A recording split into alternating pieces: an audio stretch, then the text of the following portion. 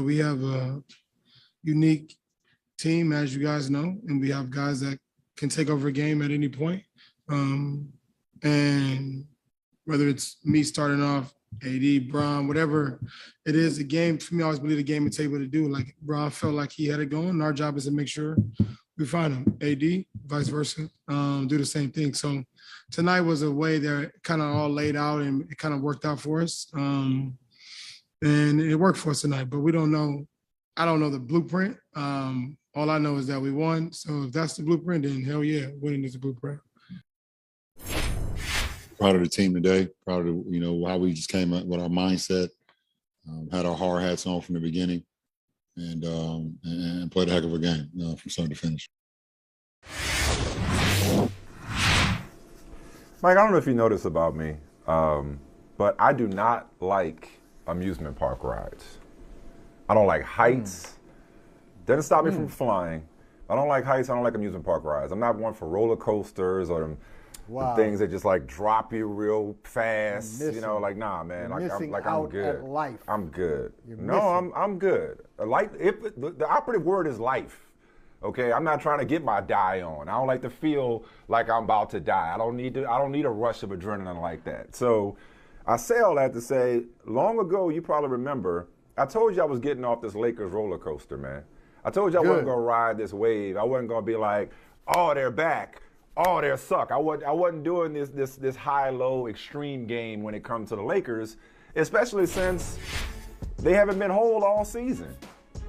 Guys been coming and going in and out of the lineup. Some guys haven't even, like Trevor Ariza, haven't even made their season debut yet. So we don't really know who the Lakers are, but right now they're in the middle of the pack of the Western Conference.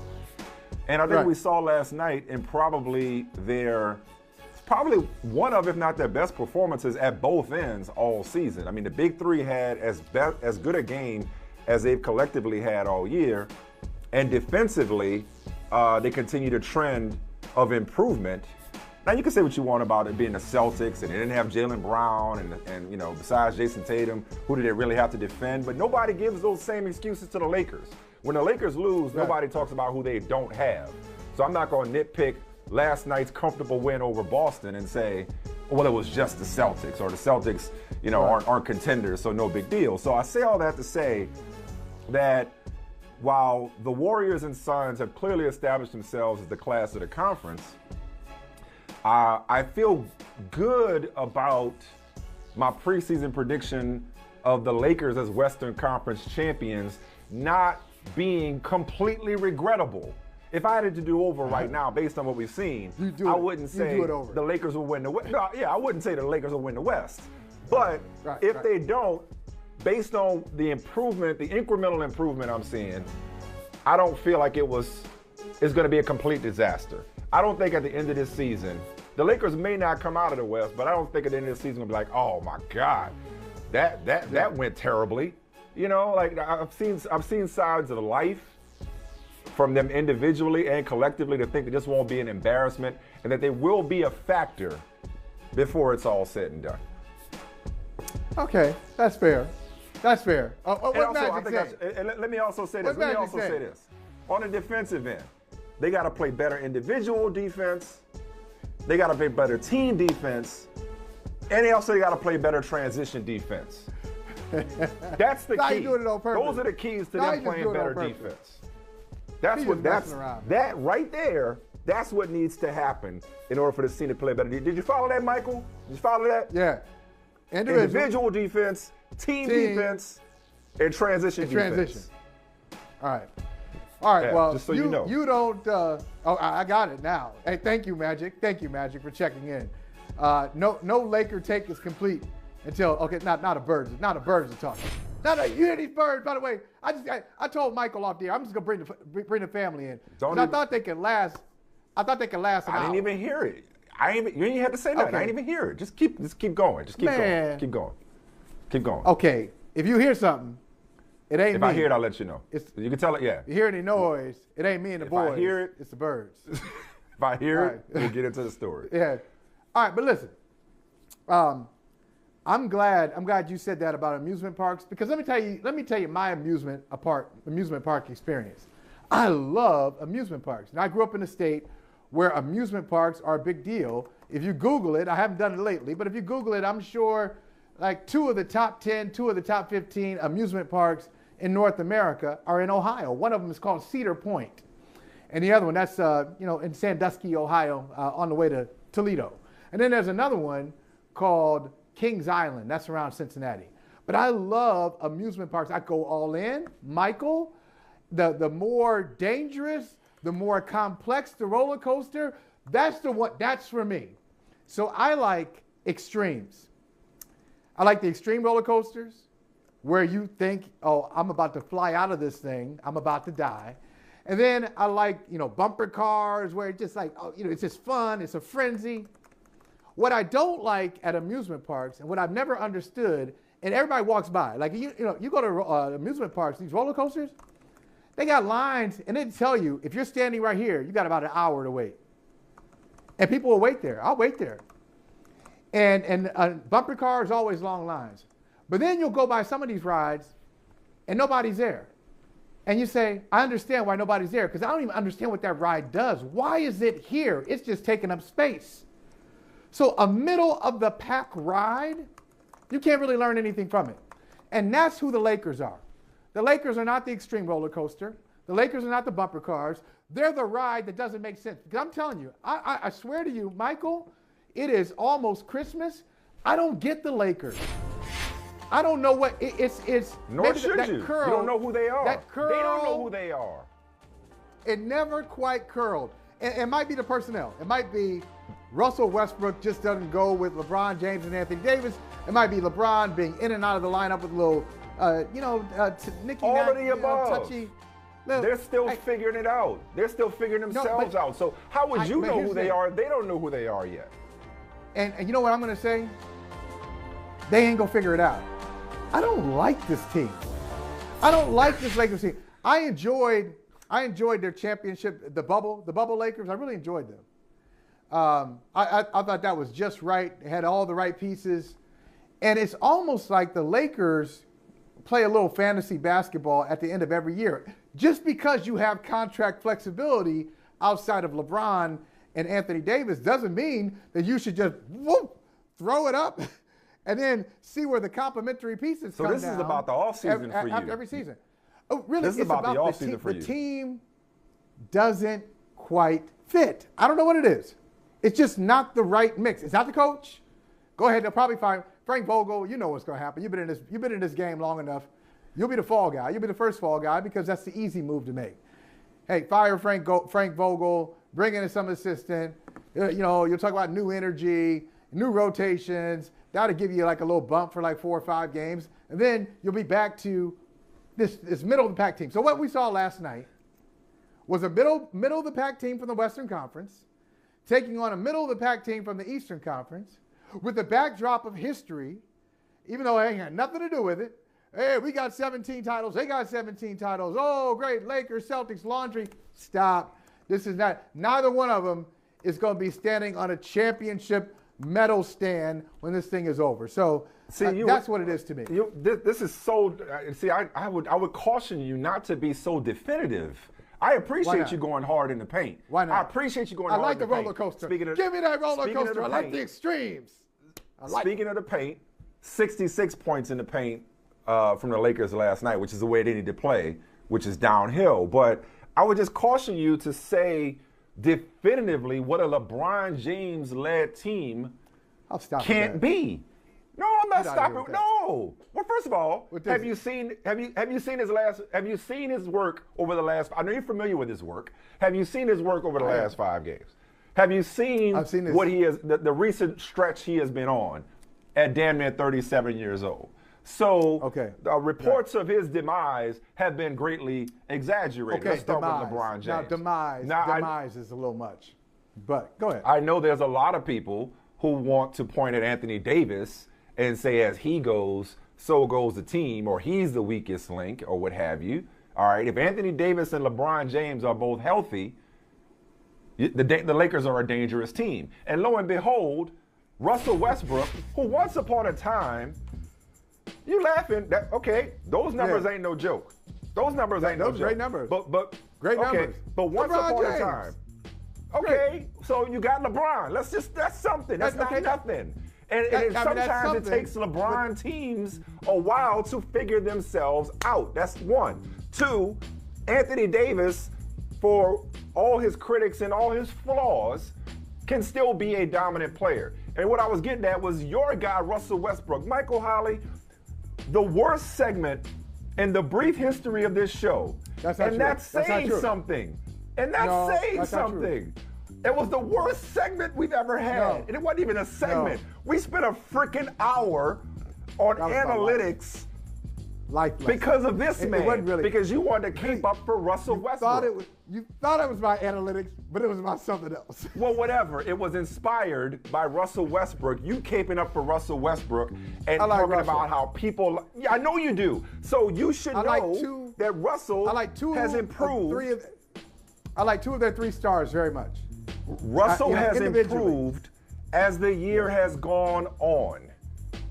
Lo and behold, lowest of keys, Russell Westbrook has improved. Anthony Davis spoke to that last night, that he was trying to figure out who he needed to be with this group. All I'm asking for, Michael, on behalf of the Lakers is being Russell or he being AD. He being Russell or he being AD. So he was trying to figure out. AD. Did I have the wrong answer? Trying to figure it out? AD was speaking on the fact that Russell Westbrook was trying to figure out how he needed to play as a member of these Lakers. Not to mention sometimes playing with LeBron, sometimes not playing with LeBron. All I'm saying is the Lakers don't get the benefit of the doubt. Just give them the benefit of time before you write off the Lakers. Yeah, I don't want to do that. I want to do it early. I want to do it because I want to get this out of the way before 2022. You don't want to mess around with it. You want to get to it expeditiously. You want to get to it expeditiously. You ever feel like that, Mike, where some stuff, you just don't want stuff hanging over you? I say that to my wife all the time. It's like, I got some stuff, hey, after the game or after you do this fun thing, I want you to do this for me. I'm like, well, wait a minute. No. Before I get to the fun thing, just tell me what it is, because I'll have more fun if I just get it out of the way right now. I don't like things hanging over me. Oh, okay, I can't relax because now I know I got to, clean the basement or something like that. So with the Lakers, I don't want to wait until 2022. I want a clean slate. I'm telling you, in 2021. You don't want to carry this baggage into 20. Nope. December, what's today? The 8th? December 8th, 2021, done. Now, they'll be fine. They'll get into the playoffs. They probably, because the Western Conference is tight, if they don't get beyond 5 or 6, they'll lose in the first round. They're that kind of team. I know you don't like this. You just feel uncomfortable with this. But I just see their team. Their team is maybe, I don't want to say too old. That's too much of an umbrella, and that's not specific enough. I'm going to tell you their team is probably like 18 months too old. Everybody's kind of like 18 months too old. Hey, we got Rondo. Well, should have had him 18 months ago. Hey, we got Carmelo. He's fine. He can still score 18 months ago. Anthony Davis, who knows? He's young. Kendrick Nunn ain't played yet. Trevor Ariza ain't played yet. Hey, okay, LeBron's been in and out. But you can't do that. But that's a problem. Why can't I do that? See, because when you start doing that, why can't I'm just spitting that's facts. Why I start laughing. Okay, here's this is why I start laughing. Why? A little bit. When you said Anthony Davis and LeBron are healthy, I start laughing because that's not going to happen. Oh, there you go with that. Okay. That's not going to happen. Okay. They weren't last year. They were the year before. Can you just say something about facts? So, Anthony, I didn't say it. Wait. Okay. Just so we're clear. I was there. The stenographer took it down. We were in court, kind of. But I heard Anthony Davis say before a season, hey, why'd you sign this contract extension? He said, essentially, because I'm injury prone. He said it. I didn't say it. That's his history. He's not going to be healthy. But Mike, he's not going to be healthy. That's not predictive. That's an assumption. And it's a safe assumption based on his history. I get why you. I'm talking about you. Maybe he needs. He didn't say I'm not going to be healthy for the playoffs. He didn't say that. He said, I want to guarantee because of my injury history. You're saying he's not going to be. See, we get so caught up in nuance and sickens me sometimes. You're saying he's not going to be healthy based on his track record of not being healthy. The man gets called street clothes. I understand why you would say that, but I'm saying it's not predictive. That's all I'm saying. It's not predictive. His injury history, while it is a strong predictor, you can't say definitively that he's not going to be healthy, but let's not get bogged down on that. What was your larger point? I'm not bogged down. That was your larger point? No. My point is, I'm bogging you down. You can't sit there. Well, I wouldn't go that far, Michael. You know, have a little more confidence in yourself. But Anthony Davis, as Mobb Deep said, he's only 19, but his mind and body's older, or whatever. Like, he's probably like 45 in his body, and he's only 30. I don't know. Is he even 30 yet? Is he 30? I don't know. No. I'm just so tired of this dude. I'm so tired of waiting. Hey, Anthony Davis, we can keep him together. There we go. We can keep him together. Now we're getting somewhere. Because you said earlier, and you said I don't like this team, and you meant it two ways. One, you meant it. You don't like the makeup of the team. Right. That's true. Right, and the composition of the roster, which I picked, and you explained that. But two, it's personal for you. It's personal. It's not personal. It's personal. It's not personal. It is personal. Okay. All right. Except if I'd let you go, I'd just let you go just now, you would have showed how personal it is with you and Anthony Davis, who you once called a loser off camera and then owned it on camera that you did. So I ain't snitching. But long before we started doing this in front of people, you said dude's a loser. So you've never been an Anthony Davis guy. So that's really what's at the core of this thing, is that you love LeBron. What's not to love? You'll keep up for Westbrook when convenient. You don't like Anthony Davis, hence you don't like this team. No, not best player ever. No, not best player. Greatest player ever. of all time. Don't derail the conversation. James. It's already all over the place enough. Nothing about derail. I just very clear. We don't want to throw a hand grenade into it, but like best player ever. So like, no, he's not. Where's the hand grenade? Water's wet. Sky's blue sometimes. LeBron James, best player ever. Right? Dating back to that November 21st game. Remember when LeBron got ejected? The Lakers have the 10th best offensive rating in the league. That's over an 8-game span. Here we go. And their defensive rating is 7th.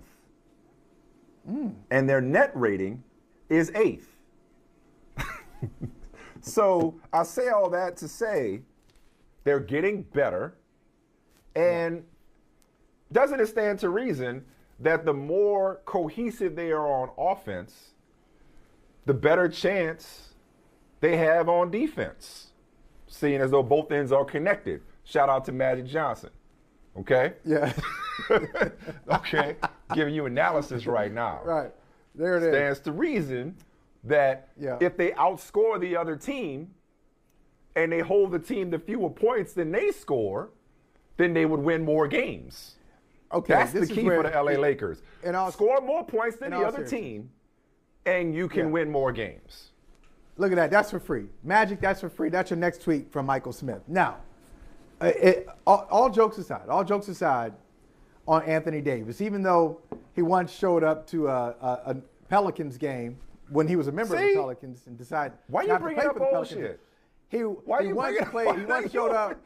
He once showed up with a shirt. Dude has won a championship since then. That's all. He's won a championship since then. And okay, no, but this is a true story. Showed up. He had 17 and 16 last night. And then, when he was asked about it, he was like, "Oh, there's no message there. You know, I don't even pick out my own clothes. I don't even, whoever his stylist was, they picked that out for me. So that's all, folks. Anyway, but besides that, that's not even my main point. My main point is the Lakers play in the Western Conference, and they're going to have a hard time. Nothing has changed since last year, except the Suns have gotten better since last year. The Warriors have gotten better since last year. The Lakers have changed, but let's be real. The Lakers have gotten worse. Lakers gotten worse and older, and the Suns have gotten better and will get much better when Klay Thompson comes back. Like Klay Thompson, you talking about Trevor Ariza. Who else did you mention? Who did you mention? Trevor Ariza. Who else? Okay, I'll take all of them. All of them on this side. Greater than all that is Klay Thompson. So, all right, that's fine. Enjoy the ride. Nice I'm not saying regular they're in season. better shape than the Warriors. You got LeBron, and you got Or Anthony Suns. Davis, and Russell Or Westbrook, Jazz. and the Or rest even of the your Jazz. supporting cast figures it out. It's a mistake to write them off this soon. That's my thesis. To hone in on a central thesis, it's a mistake to write them off so soon. So it ain't even Christmas yet. You talking about going into 2022? We ain't even at Christmas. The unofficial start to the NBA season. That's we ain't right, even at unofficial. Christmas yet, and you saying what the Lakers can't be. They gonna make a trade? That we are a long way away from them having to be at their best in order to get to the ultimate goal. And that's me. That's not me picking them. I'm just not writing them off. But it sounds personal for you. You sound like a real Boston guy. You sound like somebody who just butthurt because the Celtics lost to him last night. Oh, here you we sound go. like somebody who's on a, who this is who James Worthy was going at last night. He was going at you and Cornbread Maxwell. Shout out to, we talked about Magic Johnson. Shout out to James Worthy. The man with the cigar, big game, James Worthy. That's a Worthy. That was a good performance tonight. Still not as sharp as they want to be, but sharp enough to get that Celtic ass. And Cedric Maxwell, just give me a second. Yeah, you go. Cedric Maxwell, I started saying, get that Celtic ass maybe 3 years ago. And all of a sudden, you want to start saying, get that Laker ass. Make up your own stuff. Make up your own stuff. That's my line. And while you're trying to come up with your own line, take this with you. Big game, we got another surprise for you. So glad you called him out. Trying to bite your stuff. Trying to steal my line. Yeah, he's trying to steal your lines. What's up? Watch this. He quit. He just quit. Yeah, He was look at tired you. and he quit. Fourth quarter with a yawn. Gave up on his team. Weak. Celtic right there. That's right. Let's spank your butt. Put your diaper on and go back to Boston, boy. You look really bad right there. You look bad, man. What a nice birthday present for Larry Bird, too. Happy 65th, Larry. This is the Laker smashing. No happy birthday for Larry. Yeah. It's still so personal. It's still so personal. You know what's so funny? I'll tell you what's funny. He calls out Cedric Maxwell for biting, essentially. And who was the first to light up a cigar? Oh, okay. Oh, that was Red Auerbach. Oh, Red Auerbach did that. Like 50 years ago, 60 years ago. Get your own stuff, James. Get your own stuff. You biting Red Auerbach. So what you talking about Max for? You are the second favorite son of Akron, Ohio, but Boston runs through your blood. You don't think it shows, but Boston is in your blood now, Michael Holley. Yeah, it is. Oh, yeah, I've been here for a long time. Shout out Boston. Hey, thanks for watching Brother from Another on YouTube. Make sure you hit subscribe before you leave, and be sure to watch us 3 to 5 p.m. Eastern Time on Peacock. Appreciate you.